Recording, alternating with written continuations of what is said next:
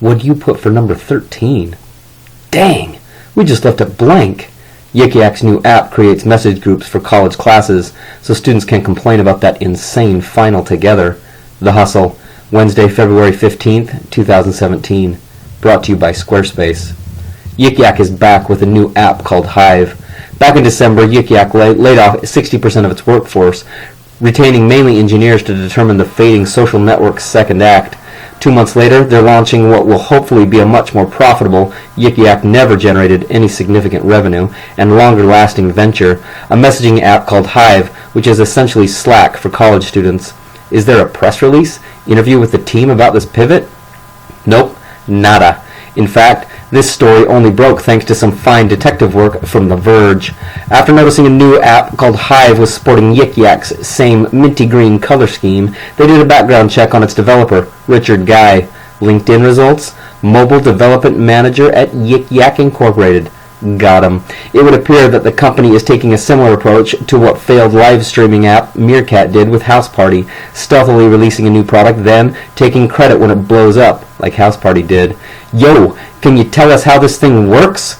Yo, we were just getting to that. Like Slack, Hive is all about channels, with a separate chat room for every class offered at the school. Once inside, you can view classmate profiles and send one-on-one or group messages, which will ideally make things like starting study groups or sharing notes or venting about question number 13 on the midterm.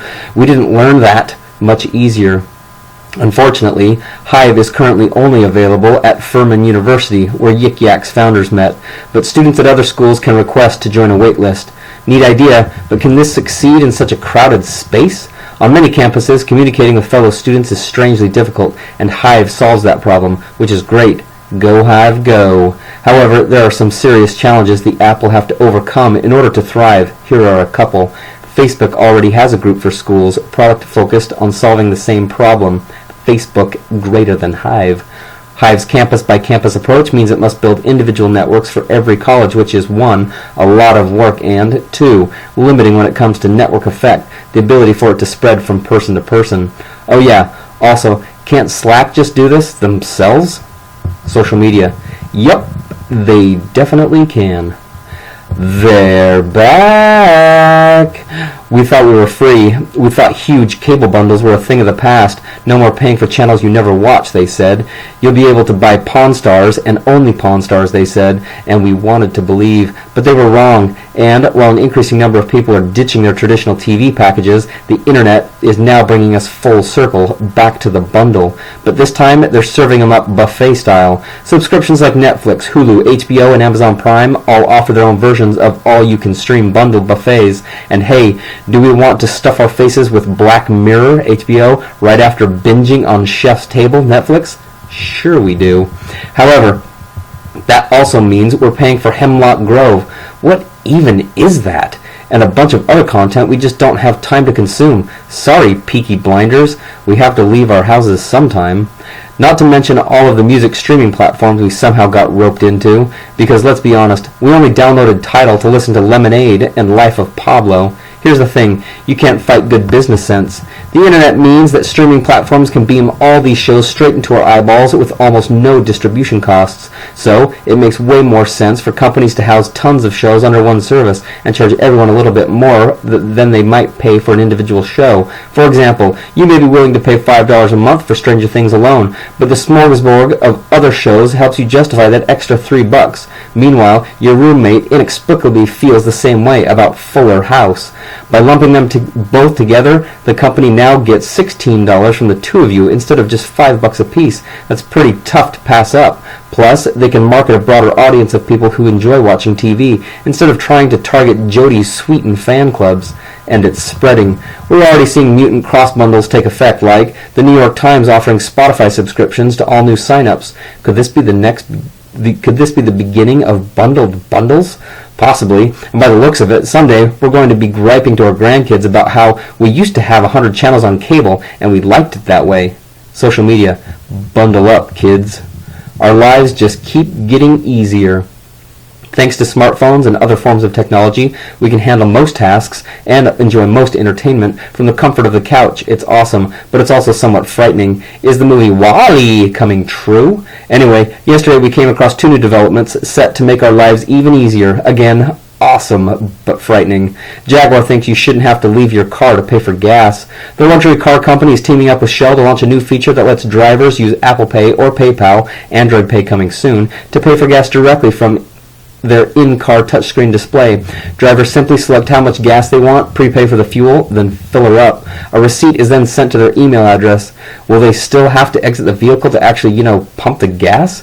Yes, of course, unless you live in New Jersey or Oregon, obviously. But hey, no need to take out your wallet. The future! Your Amazon Echo or Google Home could soon be used to make voice calls. According to a Wall Street Journal report, both companies are hoping to make this an option as soon as this year, because ordering takeout is just so annoying, right? You have to grab your phone and click stuff. Ugh! Alexa and Google Assistant need a better name ASAP, guys, to the rescue.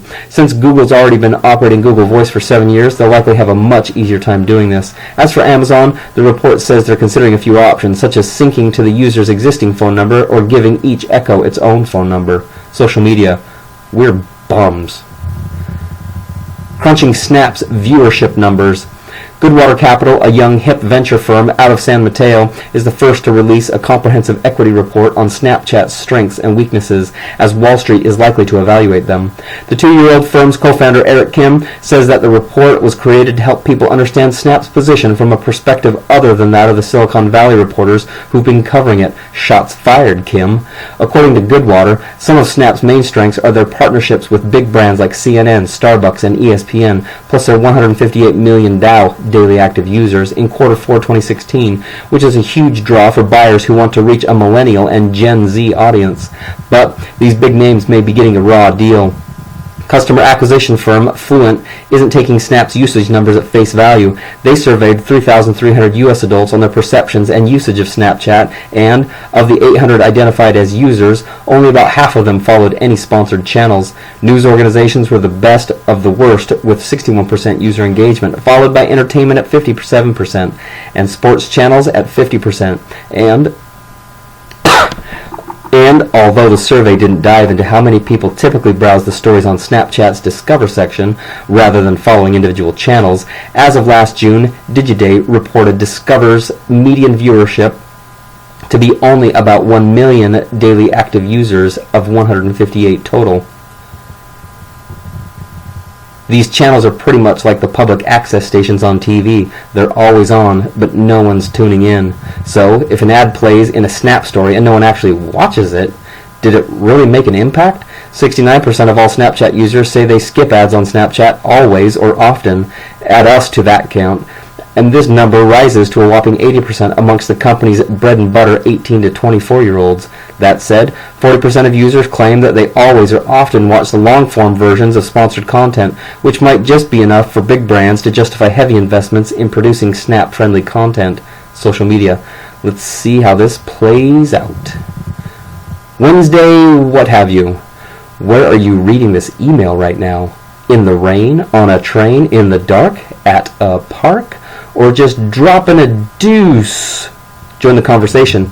This edition of The Hustle was brought to you by SquareSpace. This is the year you make your next move. That website you always wanted to launch? It's time to build it. That blog you were born to publish? It's time to start writing. That online store to house your artwork? Make it freaking happen already. Seriously, people, next time Netflix asks, are you still watching? Say, hell no! And with Squarespace, you really have no excuse because they make it stupid easy.